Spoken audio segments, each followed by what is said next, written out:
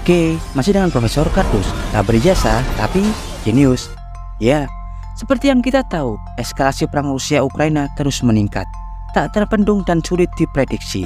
Suplai dana dan senjata besar-besaran yang diberikan oleh NATO dan Amerika Serikat tentunya akan menyulut perang tersebut makin membara.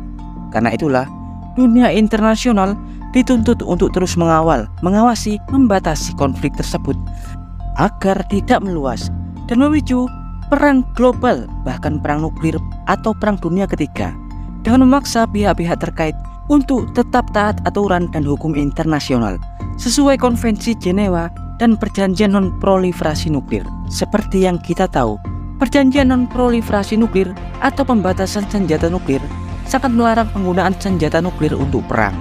5 negara-negara yang dilegalkan memiliki senjata nuklir seperti Amerika Serikat, Rusia, Cina, Prancis, dan Inggris hanya boleh menggunakan senjata nuklir mereka untuk mempertahankan diri, yang artinya siapapun yang mengawali serangan nuklir pertama kali akan dianggap sebagai musuh internasional atau pihak yang melanggar ketentuan perjanjian tersebut.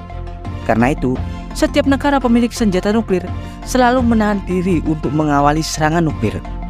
Tapi, apa ya yang akan terjadi seandainya kalian berhasil menemukan teknologi atau membuat sebuah sistem senjata yang mampu menghasilkan ledakan yang hampir setara dengan kedahsyatan ledakan fisi atau fusi sistem senjata nuklir, sedangkan senjata tersebut belum dikategorikan sebagai senjata nuklir karena memang faktanya proses peledakan senjata tersebut tidak melibatkan reaksi fisi dan fusi.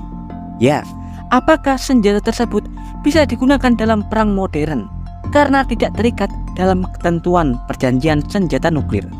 Hal tersebut pernah menjadi kontroversi pada tahun 1998 setelah sekelompok ilmuwan dari Universitas Texas yang berhasil menciptakan isomer nuklir dari bahan hafnium-178m2 yang mampu menghasilkan sinar gamma tereksitasi yang lebih kuat daripada hamburan sinar gamma dalam radioaktif umum. Bahkan, penemuan tersebut kadang-kadang akan dapat melahirkan sejenis senjata konsep terbaru yang mampu menghasilkan reaksi ledakan dahsyat yang jauh lebih dahsyat daripada ledakan kimia dan sedikit lebih kecil daripada ledakan nuklir. Dan kali ini, Profesor Kardus akan membahas konsep isomer nuklir atau bom hafnium. Tapi sebelum Profesor Kardus mengulasnya, jangan lupa like, subscribe, dan tekan tombol lonceng di channel Profesor Kardus. Tak berijazah, tapi jenius, untuk mendapatkan informasi dan notifikasi-notifikasi terbaru dari sudut-sudut bumi dan sudut-sudut alam semesta lainnya. Ya, hafnium bom merupakan senjata konseptual yang memicu kontroversi pada era tahun 2000-an. Disebutkan, konsep senjata ini pertama kali terlahir setelah sekelompok ilmuwan dari Universitas Texas yang dipimpin oleh Carl Collins berhasil melakukan eksperimen emisi gamma terinduksi atau IGE pada sebuah logam hafnium, sebuah logam dengan konduktor termal yang sangat baik, yang artinya logam hafnium sangat super tahan panas.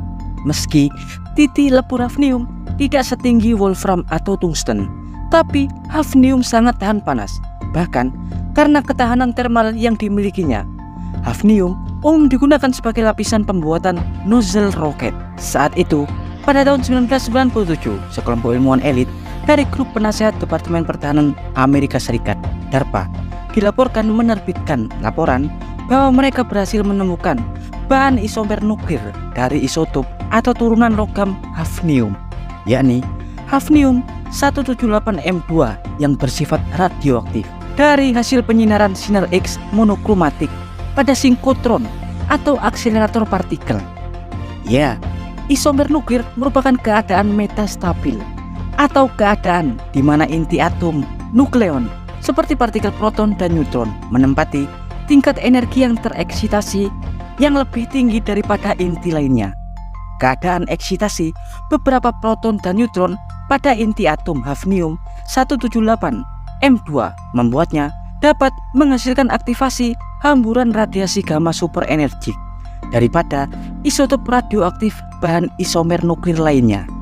Bahkan digadang-gadang 1 gram hafnium-178m2 murni dapat menghasilkan energi setara 1130 megajoule atau setara dengan 300 kg bom TNT dalam reaksi peledakan kimia. Sedang sebagai perbandingan, untuk reaksi fisi plutonium 1 gram diketahui dapat menciptakan akumulasi ledakan setara 22 ton TNT, yang artinya ledakan 1 gram hafnium 178M2 masih jauh lebih kecil dari hasil ledakan 1 gram plutonium, tapi puluhan ribu kali lebih besar daripada bom kimia konvensional.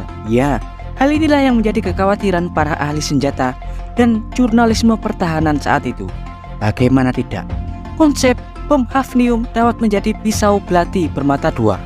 Bahkan, salah satu penulis buku Imaginary Weapon yang juga seorang jurnalis pertahanan, Sharon Weinberger, mengungkap bahwa para petinggi DARPA menganggap bom isomer nuklir tersebut tidak layak dikembangkan karena hanya akan bersifat merusak.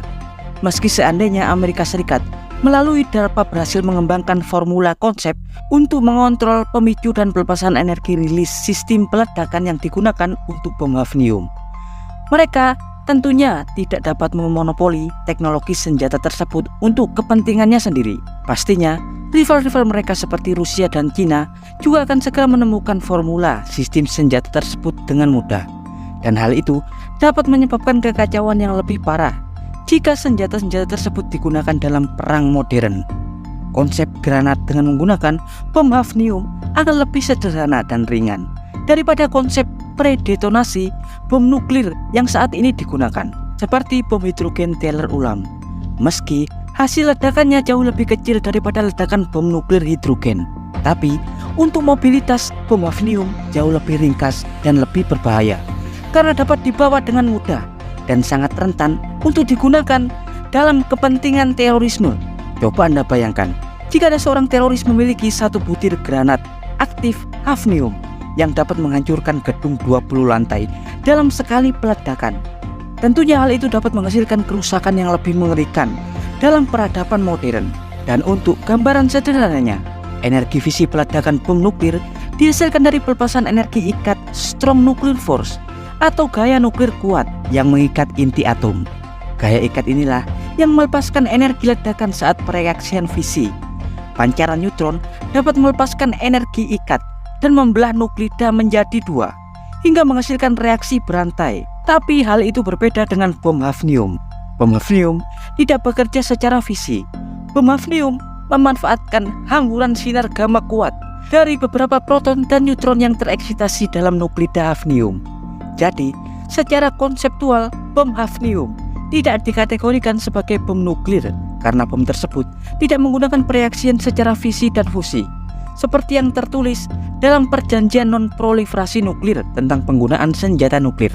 Dan seandainya suatu saat nanti tiba-tiba ada negara yang menggunakan senjata ini dalam perang, tentunya mereka tidak bisa dikategorikan melanggar ketentuan hukum internasional karena faktanya senjata ini tidak memenuhi kriteria untuk dikategorikan sebagai senjata nuklir.